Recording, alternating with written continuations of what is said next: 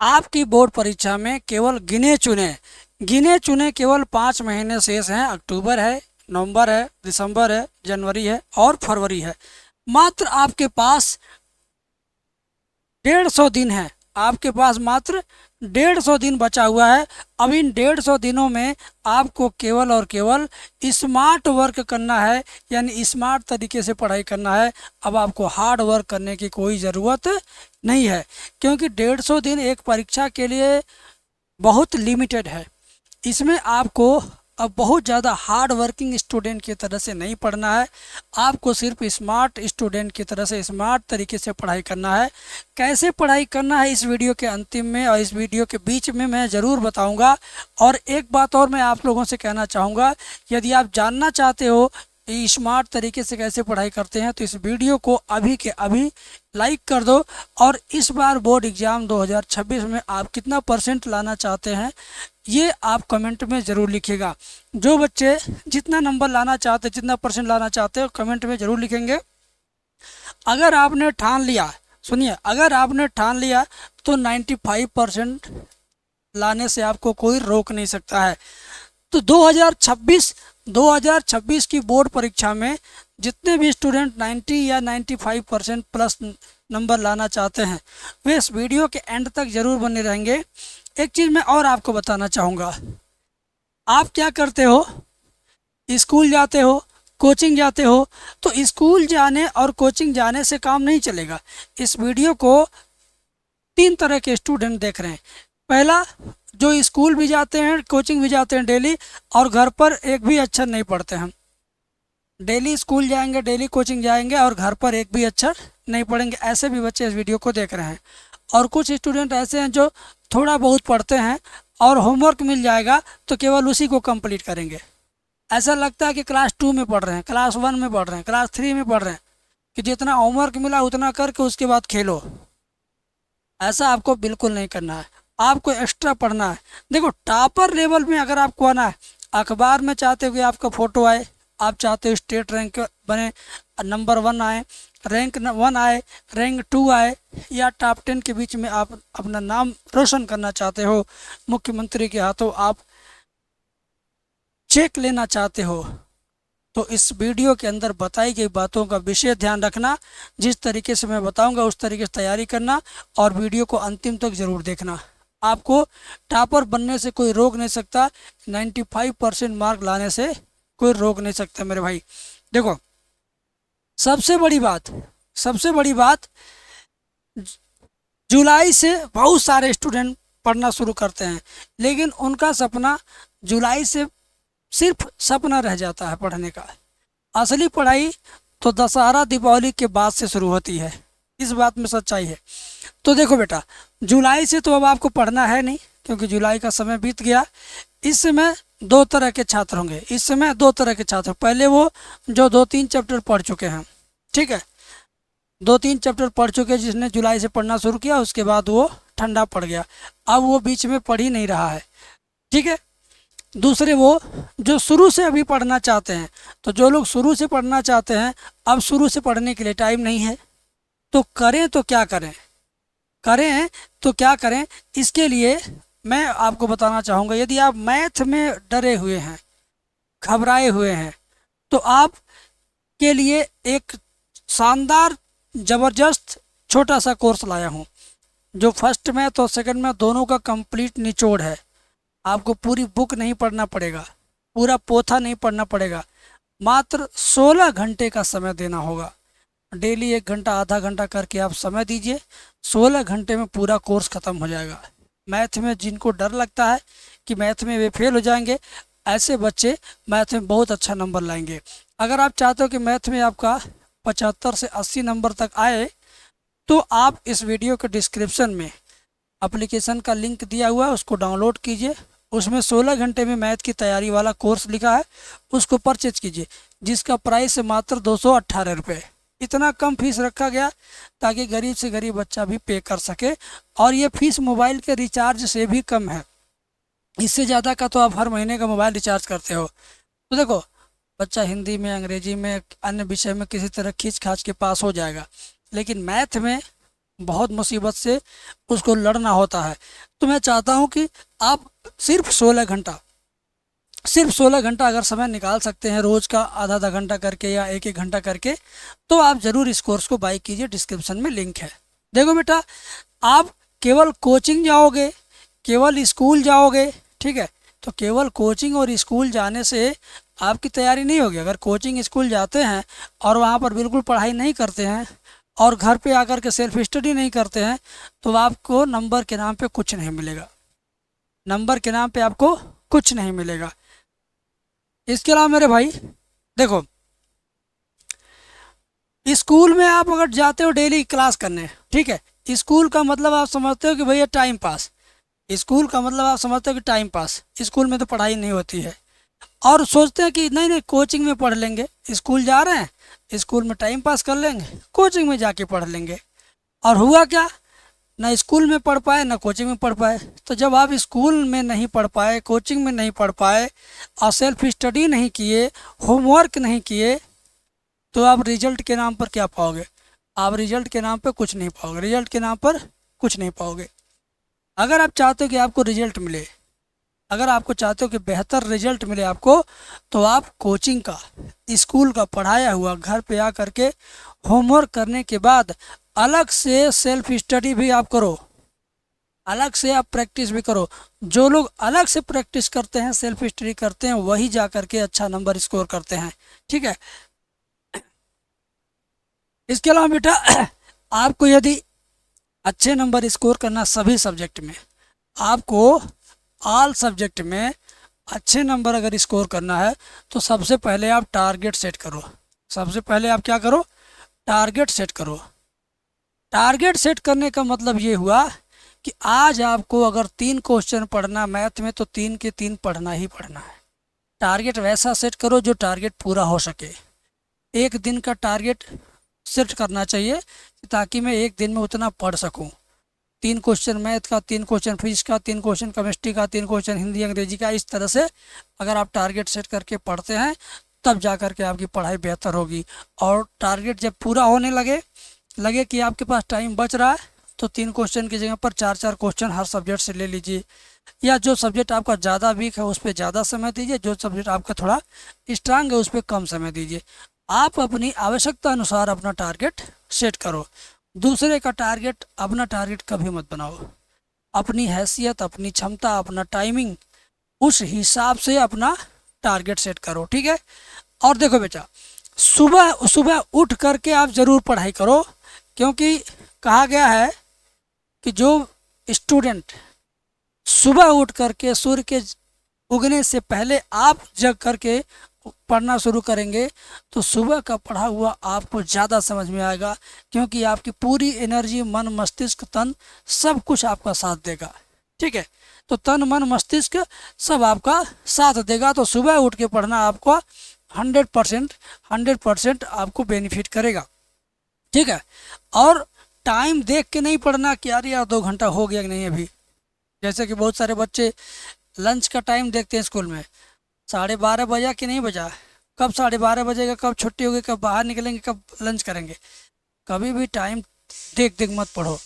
पढ़ने बैठे हो तो जब टॉपिक ख़त्म हो उसके बाद ही टाइम देखना है आपको। ये नहीं कि हर 10 मिनट बाद घड़ी निहारो, टाइम निहारो, तो फिर आपकी पढ़ाई बेकार हो जाएगी, ठीक है।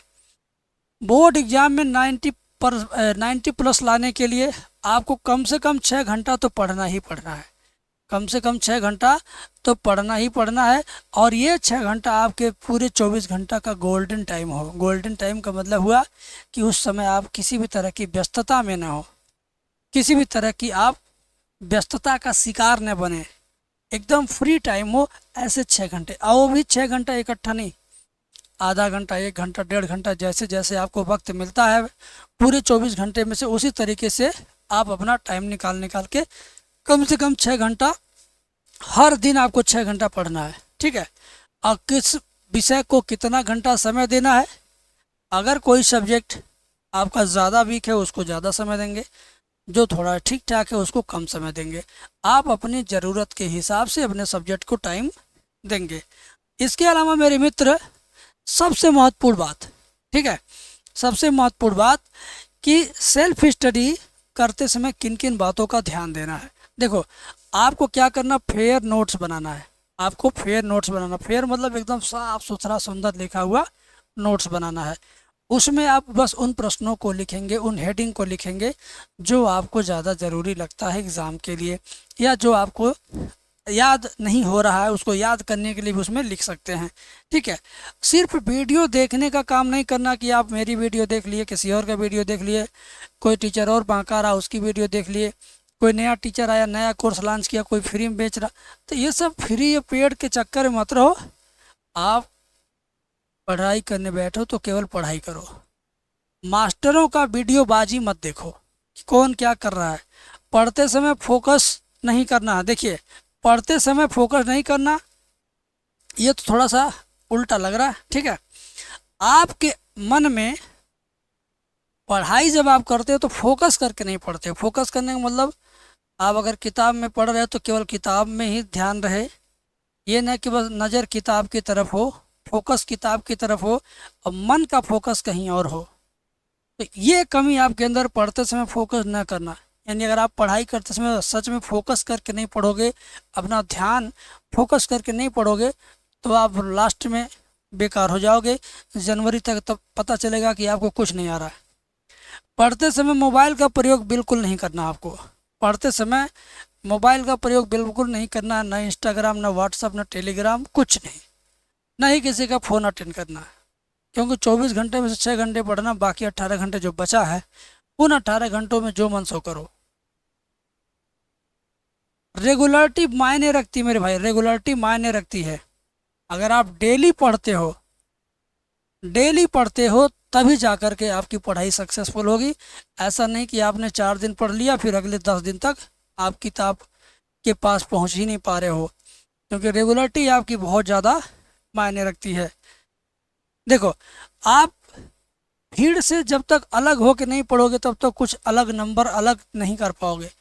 भीड़ से अलग होने का मतलब ये है कि जो बच्चे एक स्पेशल चैनल पर, स्पेशल कोचिंग पर, स्पेशल स्कूल में या सुबह शाम केवल कोचिंग में ही पढ़ते हैं, उनका देखिए देखा आप उनके जैसा मत करो।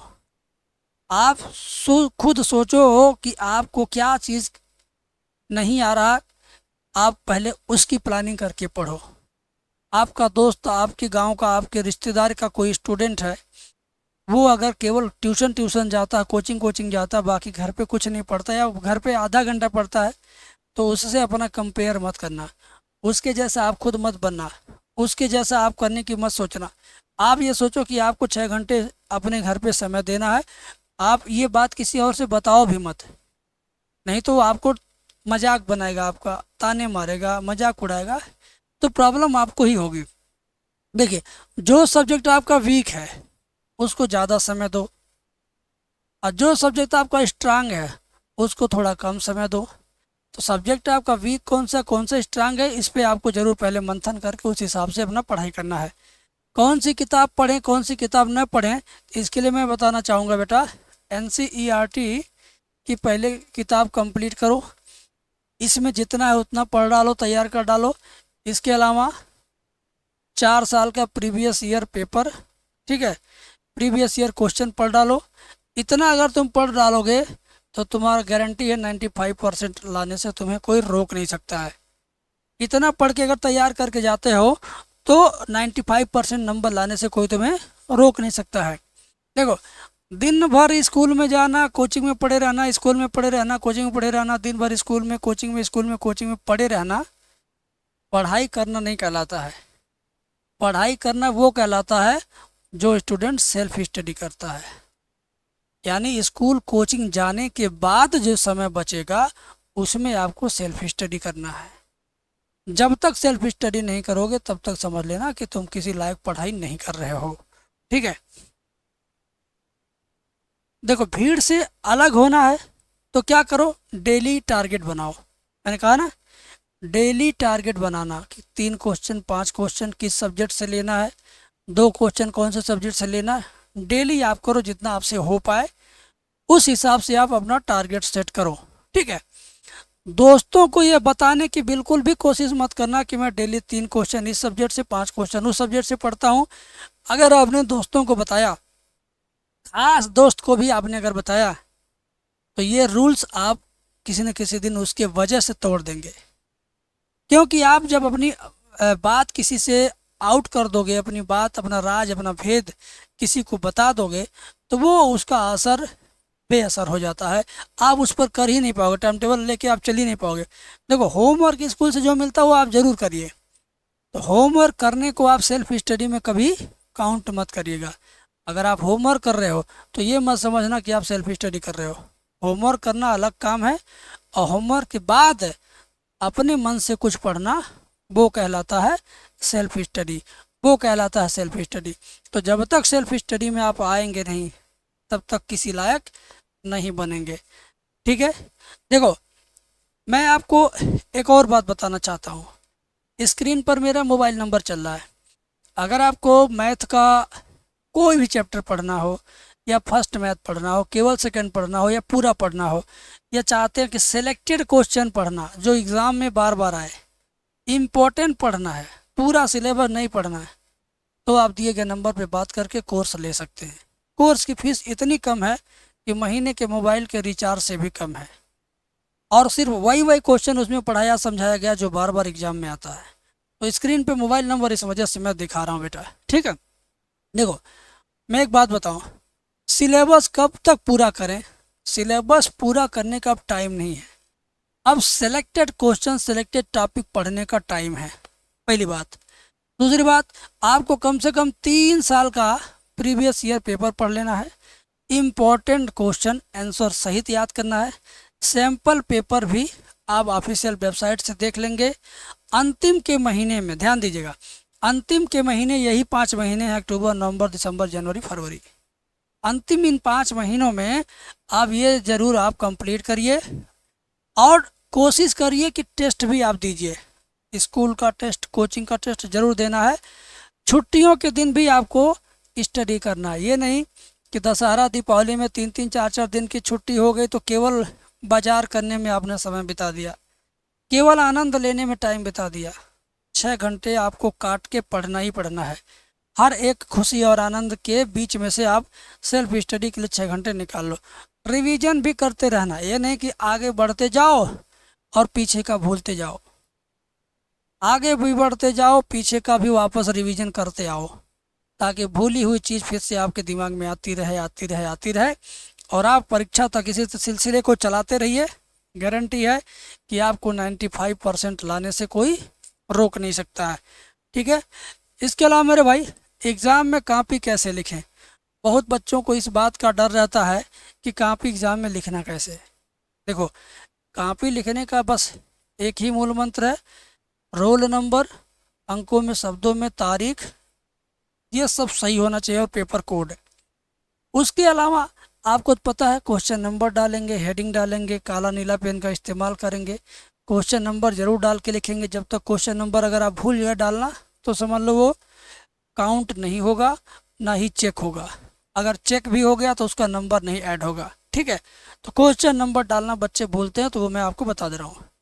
देखो, रटना तो बिल्कुल नहीं है, रटना बिल्कुल नहीं है, आपको समझ करके पढ़ना है। फार्मूला आपको लिख लिख करके याद करना है।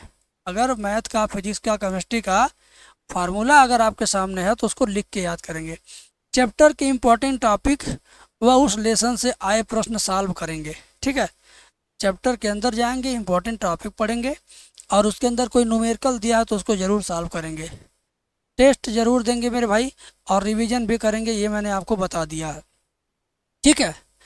और इसके अलावा सबसे लास्ट में मैं आपको बताना चाहूँगा कि टॉपर की स्ट्रेटजी क्या है। टॉपर की स्ट्रेटजी कुछ अलग होती ही नहीं है। जितना इस वीडियो के अंदर मैंने आपको कहा है, बस उतना ही फॉलो करते हैं टॉपर भी, और उतना ही करने से टॉपर बन जाते हैं और आप रह जाते हैं पीछे। वे भी सेल्फ स्टडी करते हैं, टॉपर भी प्रीवियस ईयर क्वेश्चन पेपर हल करते हैं, टॉपर भी रिवीजन करते हैं, टॉपर भी हर एग्ज़ाम और हर टेस्ट देते हैं। एग्ज़ाम का मतलब हाफ ईयरली, तिमाही, छमाही, सालाना एग्ज़ाम, प्री बोर्ड एग्ज़ाम देते हैं, और स्कूल में कोई अलग से टेस्ट होता है उसे भी देते हैं। मैं देखता हूँ टेस्ट से बच्चे भागते हैं। मैं वीडियो कॉल पे पढ़ाता हूँ, पढ़ते हैं बच्चे 40, जिस दिन हम टेस्ट लेते हैं उस दिन 15 बच्चे आते हैं टेस्ट देने, 25 गायब हो जाते हैं। तो इससे मुझे पता चलता है कि टेस्ट से आप घबराते हो, और टेस्ट से घबराना आपको सफल नहीं बनाएगा। तो वीडियो कैसी लगी कमेंट में ज़रूर बताइएगा। Thank you.